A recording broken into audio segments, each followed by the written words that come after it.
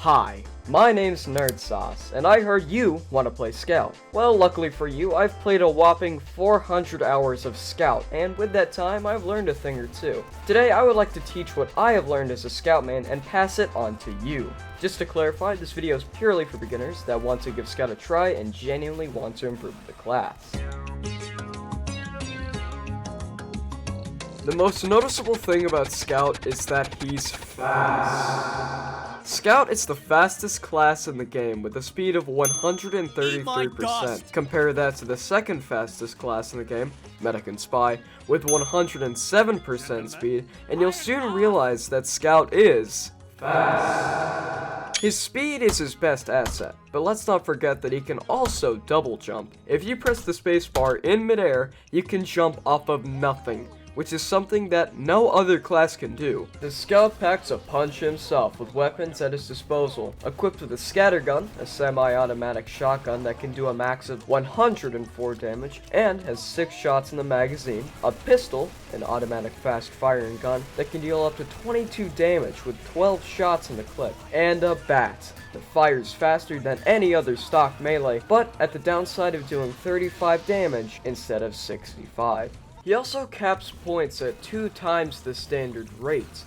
meaning he can win games faster and can make cap rushing more effective. Now, all of this is awesome, but there has to be a catch. I mean, you can't just have free speed, big damage, a double jump, and faster capping rate with no downside. Well, sadly, my friends, there is a catch.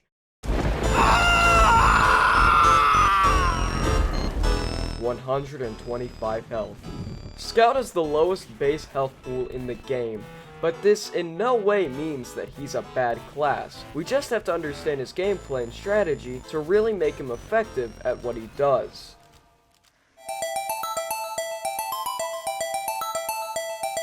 So what does this all mean? What do these 5 main stats tell us about our favorite fast Bostonian boy? 3 words: hit and run. Oh, I'm sorry.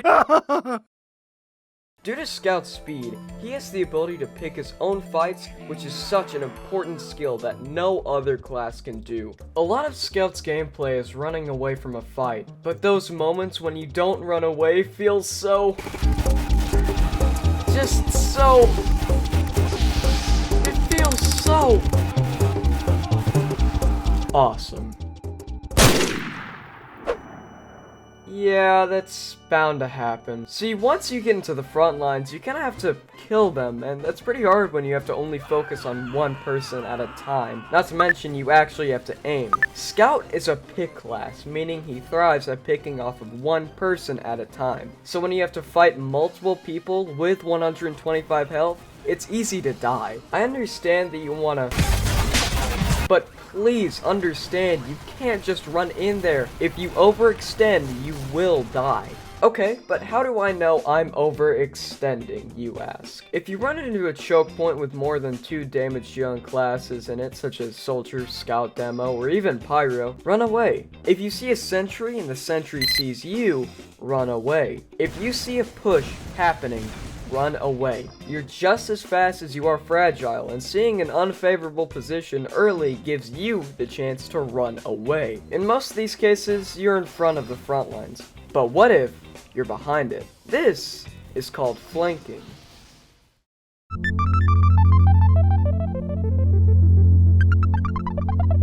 Flanking is beautiful. Flanking is art. Scout is the best flank class in the game, other than Spy obviously. Scout can sneak behind the enemy team through flank routes. These routes are easy to identify and are in a lot of maps, like this,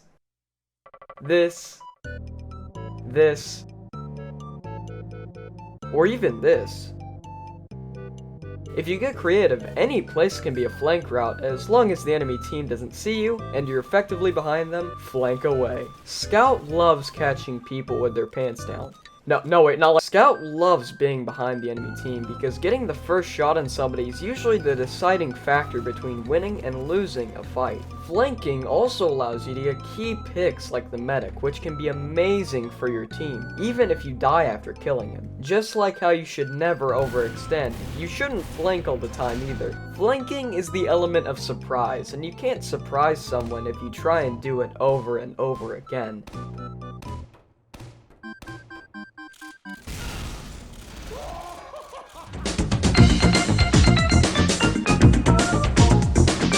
Now, I know why some of you guys are here. Some of you guys came to this video to look for aiming tips, and I got your back. My first tip for aiming is getting a good amount of sleep. It sounds boring, I know, and having a sleep schedule is hard to maintain properly, but getting a good night's rest for 8 to 10 hours really makes a difference. If you really want to improve, I would highly recommend doing this. Tip number 2. Practice. I know you guys don't want to hear this, but getting good at aiming takes time and practice. You can't just suddenly start aiming all of your shots in a week. It takes muscle memory, it takes dedication. However, if you want to practice, I would highly recommend going to MGE, a 1v1 server where you can practice your aiming skills against another person. Tip number 3. There are different kinds of aiming, such as tracking, flicking, and planting. Tracking is when your crosshair follows the target, flicking is when your crosshair flicks toward the enemy, and planting is when you wait for the enemy to run into your crosshair. Practice these 3 aiming types and see which one works best for you. If you want to learn more about aiming and other neat stuff, I would highly recommend you check out STF2 guides.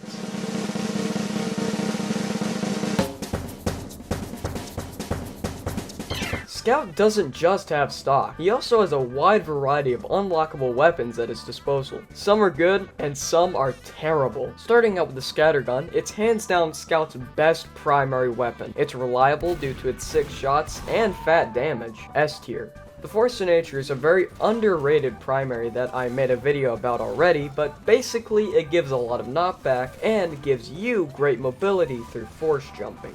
A tier. The shortstop is, okay, I guess. It deals significantly less damage, but packs a tighter punch, meaning you thrive more at medium and longer ranges than point blank. B tier. The Soda Popper is a great primary that has a really fast firing speed and really fast reload speed. Not to mention, if you gain enough damage, you build up hype, which allows you to jump 5 more times in midair. A tier. The Babyface's blaster isn't as good as it used to be. You gain more speed through damage, but you start out with lesser speed and you lose speed from getting hurt. C tier. The Backscatter is a bad weapon. It grants mini crits from behind but has 4 shots instead of 6, meaning that you effectively lose shots for slightly more damage. Fishstick on a Stick made a great video about it if you want to hear more. D tier. Moving on to secondaries, the pistol is an amazing finisher and an all-around reliable weapon.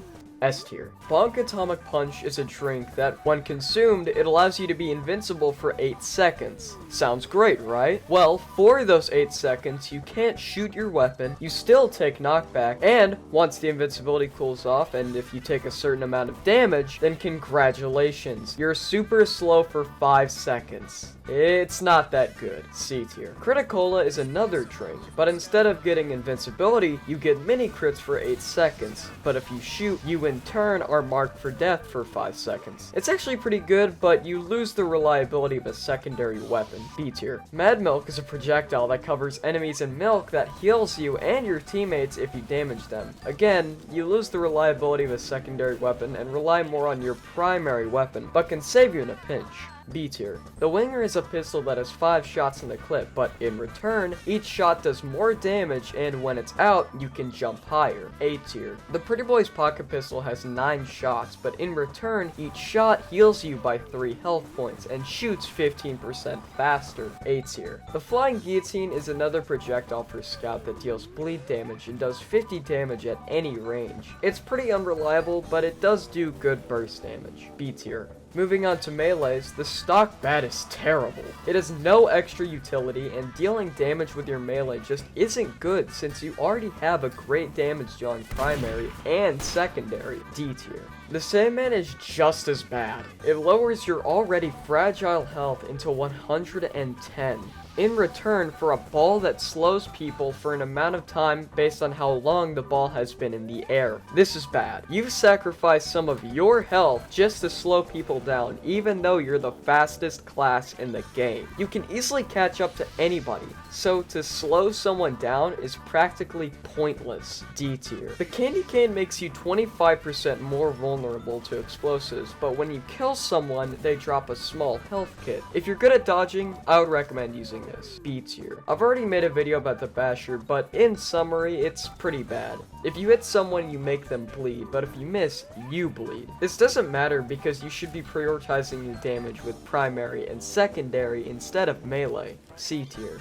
The Sun on a Stick deals critical hits on burning players, and you're 25% resistant to fire while it's active, but it deals 25% less damage. It's okay, I guess, but it's pretty situational. C tier. The Atomizer is amazing. I've already expressed my love for this beautiful weapon in another video, but basically it grants you a triple jump when it's deployed, but it deploys 50% slower. A triple jump is so useful for scouts, and it's helped me in so many situations. It's, in my opinion, Scout's best melee weapon, S tier. And finally, the Rap Assassin. It deals 65% less damage, but it throws a little ornament that deals bleed damage and crits at long ranges. It's a great melee weapon that allows you to pester enemies at a distance. A tier.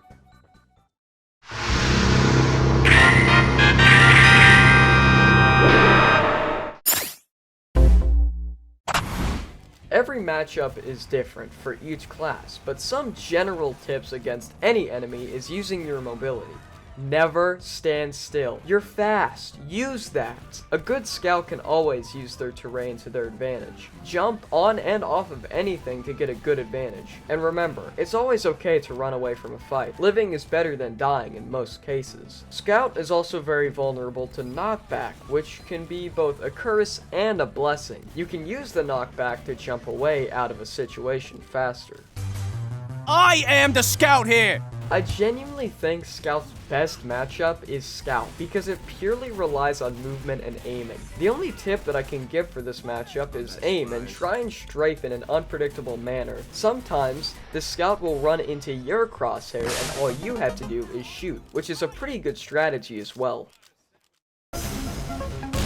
Never send a boy to fight a man's war! Soldier loves his splash damage. When he misses an enemy, he can use his splash damage from the floor or a wall. As any class, you really shouldn't be in an enclosed space with a soldier because of his splash damage, but he can't use his splash damage if you're on a ledge or just have the high ground. Always take the high ground against soldiers, so they're forced to use direct hits. Wait, direct hits? I cannot believe this. The direct hit is a weapon that does 25% more damage and has a way faster travel time, but it doesn't have splash damage. This is a scout's worst nightmare because this means at point blank and medium range, he can one-shot you. Use your movement, jump around and even over the soldier so that way you can throw him off and he can't get a hit on you.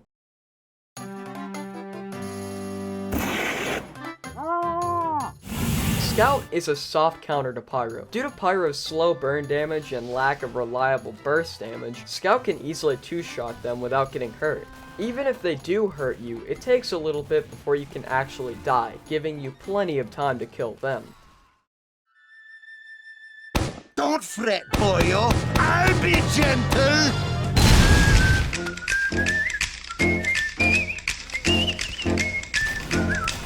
Classic Skunt Breed. Too focused on spacebar spam. All this Skunt does is flank, do something new weirdo. Scout loves Demo Man. They're easy picks because they purely have to rely on projectiles. Make sure to be in the Demo's face so that way he can't use his stickies reliably and has to purely resort to his pipes. Scout can easily dodge Demo's projectiles because of his speed. Make sure to watch out for his sticky traps though, as you can easily run into them. Oh, run! Scout counters heavy. I know some people have a hard time dealing with heavies, but the trick to beating them is just jumping over them. It disorients them and gives you enough free time to pump in some shots before they can even turn around. And if you can't jump over them, just strafe really hard around them. Their aim is based off of tracking, and they can't track you that well if you keep moving around. Dispenser going up. I hate these guys! Engineers are the worst humans to ever exist. If you're an engineer main, I hate you. Sentries are buildings that engineers can build that have perfect tracking and aim. Not to mention they deal a lot of damage and they have a lot of health. It's really easy to run into a sentry as a scout, especially since they don't take that long to kill you. Engineers themselves don't take a lot to kill, but if a sentry is next to them, forget about it. Here are my best tips for fighting sentries. Tip number 1, avoid them. Yeah, I know, it sucks, and it's awesome to be able to have freedom and all that, but sadly, you don't have a lot of choices when a sentry can protect an entire sight line. You can always pick at it from a distance with your pistol, but it usually just doesn't work. Tip number 2. This is more of an advanced trick, and I don't recommend newer players doing this, but if you catch a sentry off guard, you can circle around it and kill it with some meat shots. Just make sure nobody can kill you while you're busy with the sentry. Tip number 3. You're a light class, not just by health, but also by weight. See, as a scout, you're very vulnerable to knockback, and sentries dish out a lot of knockback. If you ever see yourself running into a sentry, try jumping away so the knockback pushes you away from it.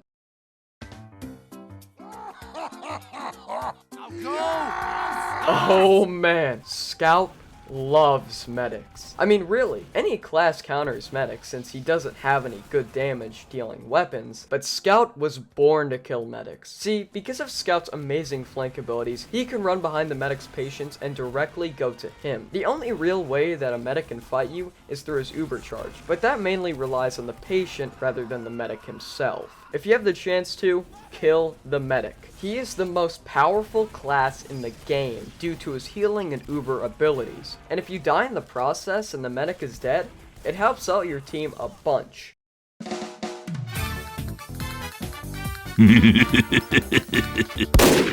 Don't worry about snipers. Unless if you're peeking a sideline that the sniper is covering from a decent distance, snipers just don't really have a good way to fight you unless if they can quickscope you, which is hard for them since you're pretty fast. Not to mention, snipers are usually away from their team, so it's basically an easy pick most of the time.